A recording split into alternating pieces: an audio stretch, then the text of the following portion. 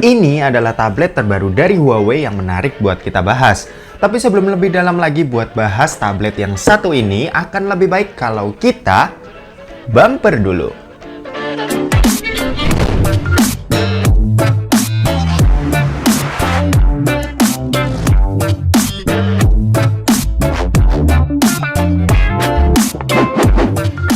So, halo guys, balik lagi sama Kulas Sore. Oke, sebelum lanjut ke videonya, buat kalian yang doyan dengan konten-konten berbau teknologi atau gadget, kalian bisa pertimbangkan buat subscribe channel ini, dan jangan lupa buat nyalain lonceng notifikasinya supaya kalian gak ketinggalan berita-berita update dari Kuliah Sore. Oke, ini adalah Huawei MatePad Gen 2. Kenapa Gen 2? Karena sejatinya MatePad ini hampir mirip ya dengan yang udah rilis duluan dan udah pernah kita bahas di channel ini. Oke, pertama kita mau unboxing si MatePad-nya ini dulu ya, buat lihat isi di dalam boxnya itu apaan aja.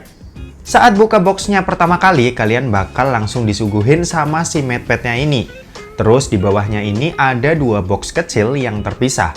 Buat box pertama, ini ada kepala charger dengan output maksimal di 22,5 watt. Terus yang satunya lagi, ini ada box yang berisi buku petunjuk penggunaan, kartu garansi, kabel data USB-A to USB-C, dan terakhir ada dongle jack 3,5 mm to USB-C. Dan ini dia kalau kita jabarin isi di dalam boxnya tadi ya kurang lebih kayak gini. Oke, setelah kita lihat isi di dalam boxnya apaan aja, sekarang kita mau bahas soal tabletnya langsung nih, yaitu si Huawei MatePad ini.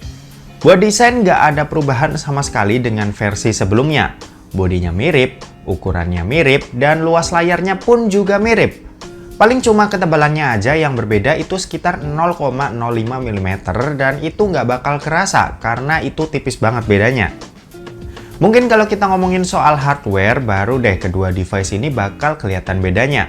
Dimana si MatePad generasi sebelumnya ini dibekali dengan chipset Hi-Silicon Kirin 810 dengan RAM sebesar 4GB dan internal memori 64GB. Sedangkan Huawei MatePad generasi kedua ini dibekali dengan chipset Hi-Silicon Kirin 820 dengan RAM sebesar 4GB dan internal memori sebesar 128GB.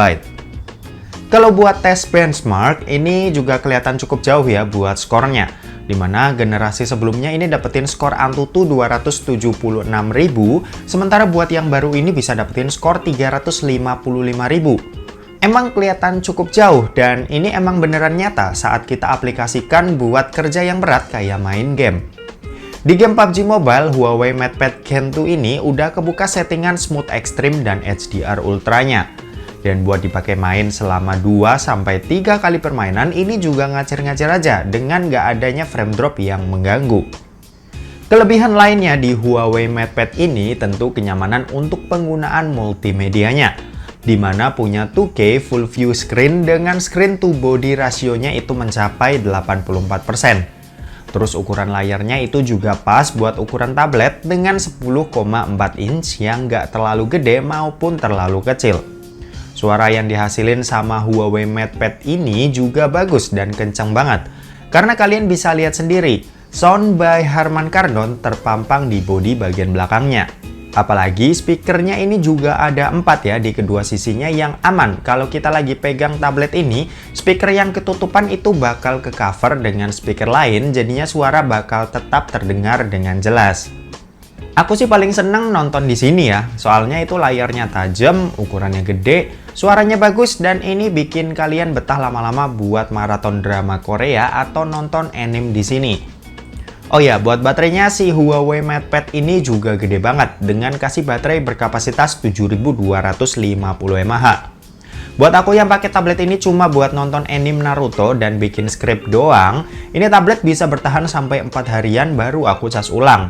Tentu udah lama banget ya buat ketahanannya dan aku suka banget sama barang-barang yang tahan lama begini. Buat pengisiannya ini juga udah lebih oke dibanding generasi sebelumnya yang pakai daya 18 watt. Di sini kita dikasih kecepatan ngecas 22,5 watt yang tentunya bakal lebih cepat lagi buat isi dayanya. Nah, yang aku suka ini posisi kamera depannya, dimana ini posisi yang ideal buat kita melakukan online meeting. Posisi landscape dengan kamera yang ada di tengah atas ini udah kayak kebayangan laptop yang bikin mata kita saat meeting online ini nggak kelihatan kabur-kaburan. Kalau buat resolusinya ini 8 megapiksel ya, dengan jenis lensanya itu ultra wide. Sementara kalau buat kamera bagian belakangnya ini juga punya resolusi yang sama, yaitu 8 megapiksel. Buat hasil sih kayaknya nggak perlu kita bahas lebih jauh ya, karena kamera di tablet tuh kayaknya jarang orang yang pakai juga. Nih, lihat aja buat hasilnya kayak gimana.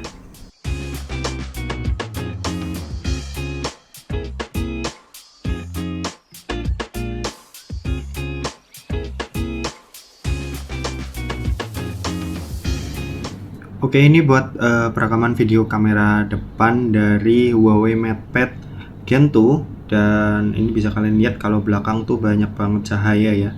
Ini harusnya backlight, tapi mukaku masih tetap terlihat dengan cukup baik, dan ini oke sih kalau misal kalian pakai buat online meeting.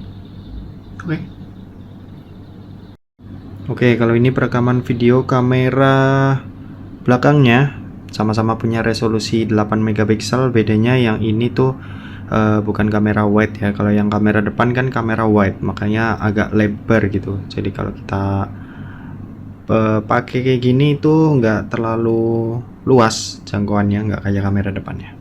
Oke, gitu aja. Di Huawei MatePad ini juga banyak fitur-fitur yang menunjang aktivitas kita dalam belajar atau bekerja supaya kita bisa lebih produktif.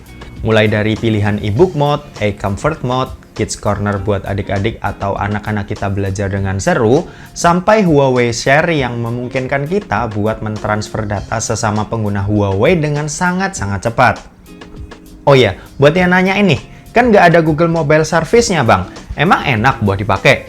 Tenang, kalian di sini bisa pakai tablet ini layaknya sebuah laptop dengan user experience ala smartphone. Maksudnya kalian bisa akses YouTube, Google Maps, Instagram itu kayak kalian lagi pakai laptop.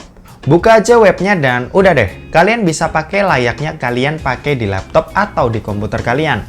Tapi buat kalian yang merasa tampilan smartphone bakal lebih enak, tenang aja, di Huawei App Gallery udah banyak juga kok sediain banyak aplikasi yang makin lama itu isinya makin banyak. Dan kalau di App Gallery itu belum ada, kalian bisa pakai Petal Search yang bisa kalian cari file mentahannya. Dan bisa deh kalian install di Huawei MatePad ini. Nih, ini dia beberapa aplikasi yang penggunanya banyak dan udah tersedia di App Gallery maupun Petal Search.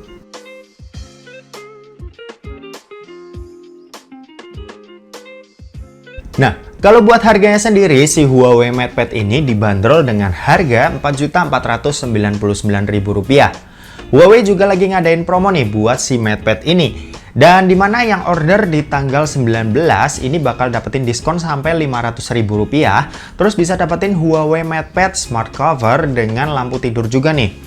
Terus buat yang PO dari tanggal 20 sampai 31 Maret ini bakalan dapat Huawei MatePad Smart Cover. Dan buat info lebih lengkapnya kalian bisa baca-baca aja di deskripsi yang ada di bawah. Oke, mungkin segitu aja buat video kali ini. Terima kasih buat yang udah nonton video ini. Jangan lupa buat like, komen, dan share ke teman-teman kalian supaya teman-teman kalian mendapatkan informasi yang bermanfaat dari Kuliah Sore. Oke, terima kasih yang udah nonton video ini sampai habis dan sampai jumpa di kuliah selanjutnya. Bye-bye.